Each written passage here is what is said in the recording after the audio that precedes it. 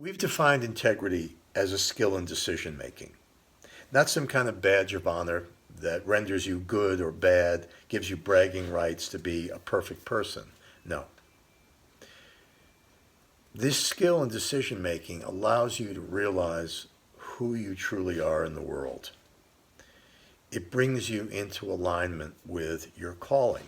A calling is the way you manifest your particular contribution in the world. And it's not easy because it depends on a series of steps. They can't be haphazard. You can't manufacture them. What you can do is recognize what your responsibilities are. We've talked about responsibilities, but now I want to talk about that in terms of promises. Promises are easier to understand because when you give your word, you understand what you're supposed to do. If you're going to show up at noon, if you promise that, then that's what you're going to do. If there's a date stamped on your library book, if they still do that, well, then you return it by that time. The problem is that that's the tip of the iceberg, that underneath the stated promises are a vast range of unstated promises, and we call those implied promises. No one with a calling in the world, that is, someone with the responsibility, the undertaking to heal the world, can do that without understanding implied responsibilities.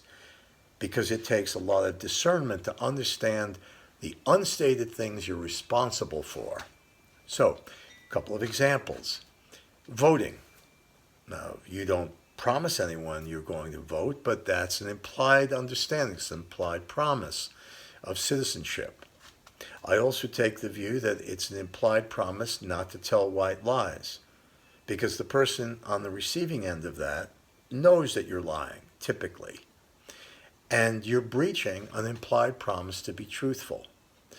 You have an implied promise not to disrupt a party that you're invited to. You have an implied promise not to buy goods on a street corner in a major city at a fraction of the cost because you know they're hot.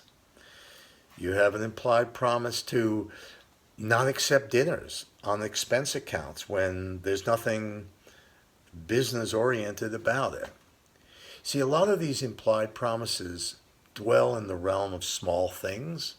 But small things, understanding small things, are the way we get to big things. They're the proving ground of your integrity. They're the way you understand the building blocks to manifest your calling in the world and to achieve that alignment. Now, we're going to get into promises a little bit more in upcoming videos. And what we're going to do next is discuss the slippery slope of what happens when you don't adhere to your promises and allow them to slide.